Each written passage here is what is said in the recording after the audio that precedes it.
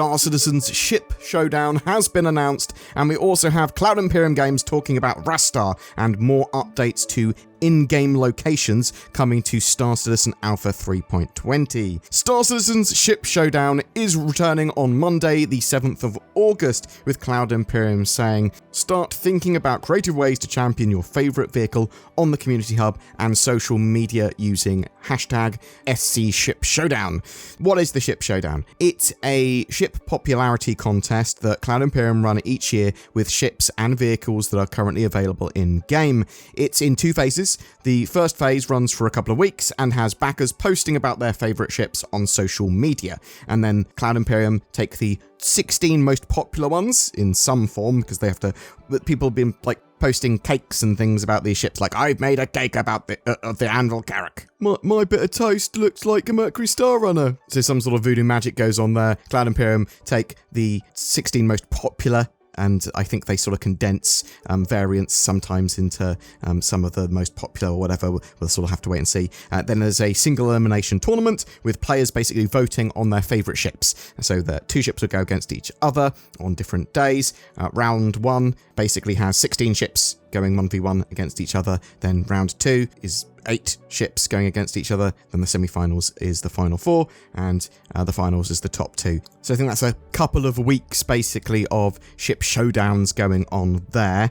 Ships are put into rough categories in the early stages, so you have like dogfighters and industry ships and that sort of stuff going against each other early stages, and then you have variety in the later stages of the sort of industrial ship going against a snub fighter, going against Carrack or whatever, explorer ships. Let's sort of see what happens there. Last year's winner was the Anvil Carrack, and that was actually the winner a couple of years before that as well. So the Mercury Star Runner took 2nd place last year, and the C8X Pisces and the Scorpius took 3rd and 4th. So the top 4 ships have special skins and flair, typically made for them, that are unveiled at the Intergalactic Aerospace Expo later in November, and players that own those ships and vehicles get that stuff for free. So there's like some cool stuff that can be made. Also, there is typically a free fly event that runs once the top 8 ships are in round 2, so of that tourney. So players get to try all of those ships for free as well. They sell them as well. It's Star Citizen. Why not have some form of ship sale?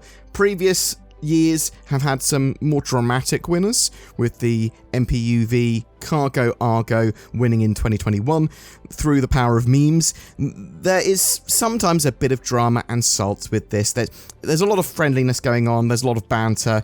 Star Citizen's community is extra active during the Ship Showdown, I find, and yeah, please remember, it is a bit of fun, and I'd love to know what your favourite ship is, and what top 4 ships do you think we're going to see this year. Remember, it is ships that are only available in-game now, so not concepts or anything like that. I genuinely think the Fury could do exceptionally well this year.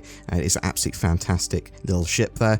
We had more dev information from Inside Star Citizen. Hey now, it's a RaStar. RaStar was first introduced at CitizenCon 2021. This is the in-house planetary location building tool that allows for the placement and customization of structures and points of interest for the devs and artists. It's a RTS-style placement system with modular pieces. Really simple to use. It's the basis of a tool that's eventually going to be used for players to build their own bases in the future, though that's obviously going to be made much more player facing when that happens. There has been a small dedicated team working on RaStar of 3, so they've been working on that for a while now, and they've got it into a state now that it's allowing them to go back over various areas of interest in-game and just go, yes, let's update them, let's bring them in line with our sort of current stuff that we can do. So we're going to see some awesome new points of interest in the near future, with derelict settlements being placed around the verse, and updated underground facilities, bunkers really. So Cloud Imperium are also working on massive underground facilities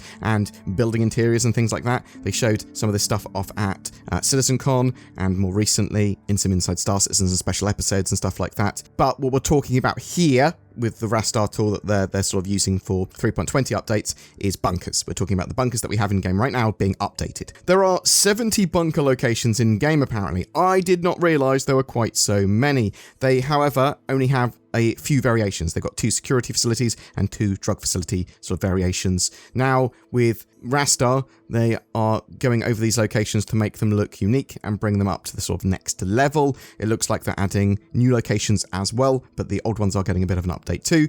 There was an example of RaStar sort of in use making a bunker location pretty quickly and roughly. They sort of scout the location, then they flatten and edit the land if they need to. They add the prefabs and sort of pre-baked editable structures that they've already got, the sort of entrances for these locations. The terrain can conform around that for the building placement, and they can sort of raise and move it around. They can add surface defenses like turrets, and then they add sort of dressing, storage areas, additional buildings, props, all that sort of jazz. Depending on the function and the use of the facility and what they've got planned for it, they'll build it out in different ways. They try to make the area feel functional and used, making sure it makes sense and paths connecting to sort of the areas and all that sort of stuff. They want to make it look used if that's what the intention is. So that's another addition to Alpha 3.20, updated points of interest. They didn't show the interior updates. I do believe they are getting a bit of a refresh for bunkers as well. Bunker missions have always had the most issues for me with Star Citizen, but we do know that obviously Cloud Imperium are working on various new ways of using bunker missions for missions they've got planned for 3.20 and later this year. So yeah, bunkers, NPCs not spawning, elevators not working, doors not opening, all big issues that prevent you from completing or accessing gameplay there. Hopefully, Alpha 3.20 is going to be the golden age for bunkers, and we don't see those problems. Please fix that CIG. I mean, they fix it sometimes, and sometimes it sort of gets better for a short period of time, but then these problems seem to come back. Boom! But what do you think? Are you looking forward to bunker updates in Alpha 3.20? And do you think we're going to see some good interior refreshes as well? Or do you think it's more going to be the exterior with only very light updates inside? Are you worried that they're going to have loads of issues or AI won't be up to the challenge? Just bunkers are going to be broken, the most broken sort of thing that we have in game. When was the last time you did a bunker mission, if ever? Do you love doing them? Do you hate doing them? Do you think we will see some new derelict settlement points of interest stuff in 3.20 that Cloud Imperium have previously shown? I'm really looking forward to seeing that stuff on Microtech. There looks like there's some cool villages in the forests. Are you keen to have base building in-game? The ship Showdown, will you be involved with that? Are you going to be posting up about your favourite ship, making a cake about it or something silly? What ships do you think will have a chance of winning this year? What's your favourite ship that's in-game now? Whatever your thoughts, I'd love to hear from you in the comments below. Are we alone in the universe? The truth is out there, but what if aliens visit Earth? But they're like monsters, and all they do is look through your internet history, judging you, laughing at you with all their alien friends, watching your every move live, and then they send like 1 million ads to you about alien products that you don't want, like those shoes and socks that have a gap between your big toes.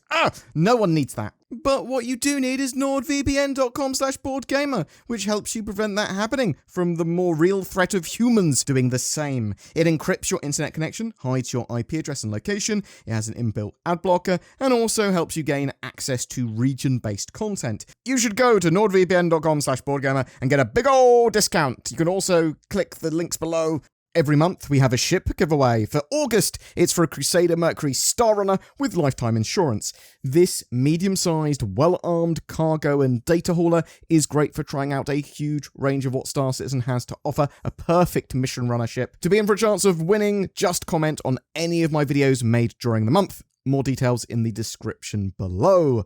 There are some amazing people that help support the channel by clicking on the join button under my videos and becoming a channel member or becoming a Patreon with the links below. That helps keep the channel going and producing daily content.